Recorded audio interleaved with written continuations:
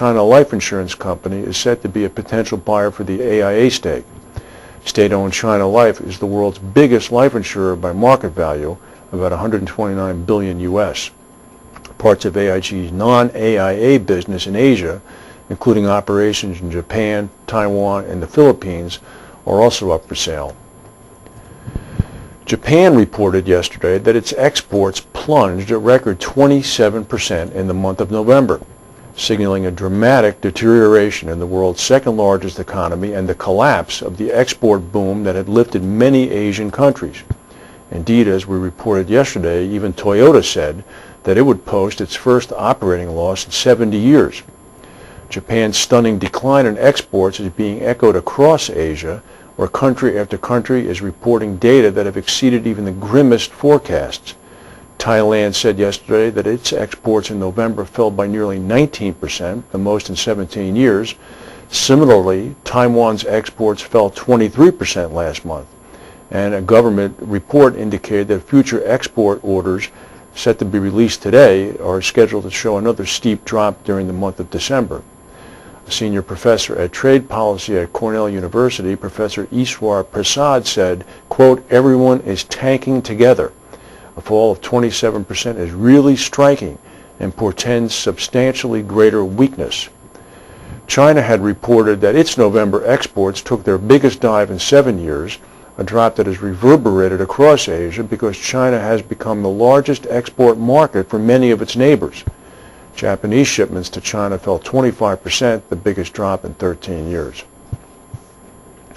We'll now go to a word from our sponsors and come back with the rest of the news. From prehistoric time to today, man's progress has been marked by his ability to fashion tools and use them to his advantage. From early humans making tools from stone, man evolved and was soon trading with other men. Money evolved, and tools such as the abacus to handle complex money transactions were developed.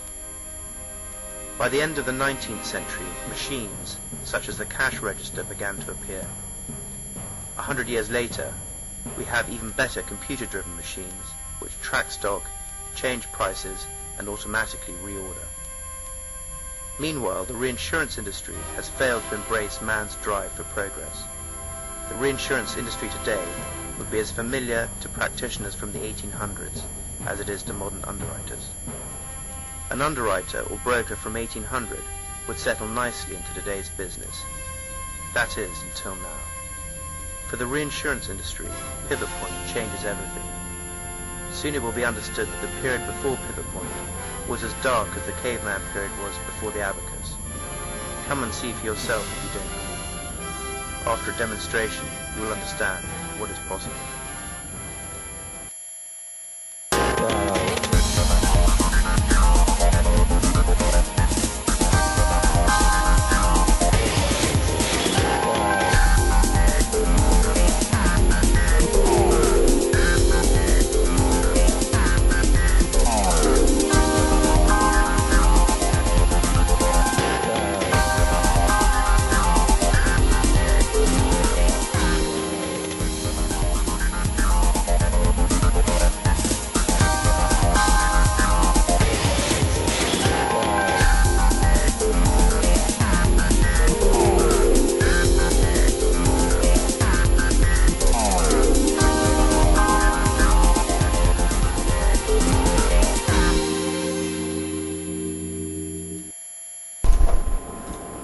A little casualty news now. Russian emergency officials say that a fire in a sauna outside Moscow has killed 6 people. The sauna in an entertainment complex in a northern Moscow suburb began at about 3 a.m. this morning, this according to the Emergency Situations Ministry. Officials gave no information about the cause of the fire. Saunas, of course, are a popular pastime in Russia, and I guess so if there were that many people taking a sauna at 3 o'clock in the morning. And in the West African country of Guinea, the army has apparently staged a coup after the death of President Lansana Conté. He had been the president of the country for 24 years. Details are pretty murky coming out right now, but according to the most recent reports from the BBC and the Agence French Presse, it seems as if the army has seized control and suspended the constitution.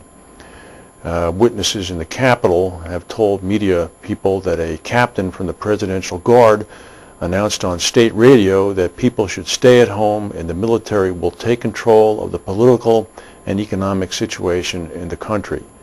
The African Union is monitoring the situation closely, of course, with the location of Guinea being where it is, with Sierra Leone and Liberia as its near neighbors. This could develop into a very dangerous regional situation.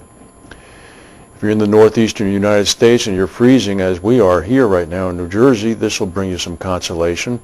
The next month should bring unusually warm temperatures overall in the American Northeast and Midwest. This according to the WSI Corporation and Energy Security Analysis. This is their seasonal outlook released today. In January, warmer than normal temperatures will prevail in the Northeast and Midwest. Natural gas and power prices, according to the study, are likely to remain soft east of the Mississippi. However, they do warn that February is expected to bring warmer than normal temperatures in Texas, but colder than normal temperatures in the upper Midwest and Northeast. This, the study says, will likely boost power and gas demand in February. In March, colder than normal temperatures are expected across most of the U.S. So out of the next 3 months, only January is warmer than normal. And since that's the coldest month anyway, it's not too much relief. Speaking of relief, if you're in Brazil, you're needing an umbrella. A heavy storm that lashed Brazil's biggest city of Sao Paulo yesterday forced authorities to issue a flood alert and close the airport. TV footage showed images of cars washed to the sides of roads entirely underwater. According to the government, several areas in the south of the metropolis, which has a population of 18 million people, were flooded and knocked out of power. The city's main airports, Congonhas, which we've covered before in connection with airplane crashes, suspended operations as the downpour arrived. Sao Paulo also often gets thundery summer storms, but the intensity of the downpour yesterday overwhelmed the city's drainage systems. Of course, it's summer now in Brazil. Some earthquake news in addition to the northern Italian earthquake that occurred about an hour and a half ago that we led the program with. Taiwanese authorities say that a moderate earthquake has struck the southern part of the island. According to the authorities, a 5.6 quake struck at 8:04 a.m. local time Tuesday in a rural area about 28 miles southeast of the city of Tainan. No reports of damage or injuries. And in the South Pacific, a quake with a magnitude 6.2 struck the remote Papua New Guinea island of Bougainville. Quake hit at 9:15 p.m. local time Tuesday. It was about 44 miles west-southwest of Arawa, which is the capital of Bougainville. No tsunami alert was issued yet. We typically follow stories of people who would jump into pens and enclosures at zoos. For some reason, we have an attraction to those types of stories, mainly because they're so crazy. We'll bring up our first picture. This is Canute, who is a polar bear. This is Canute at a very young age.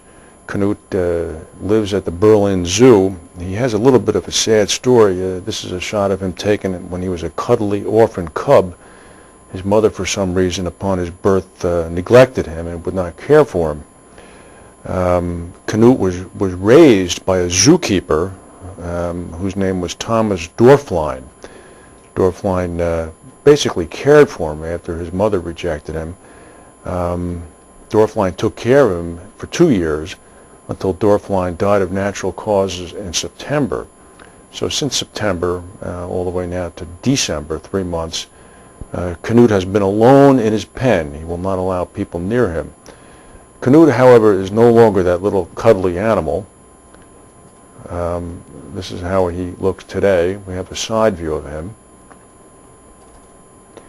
He's a 440-pound adolescent.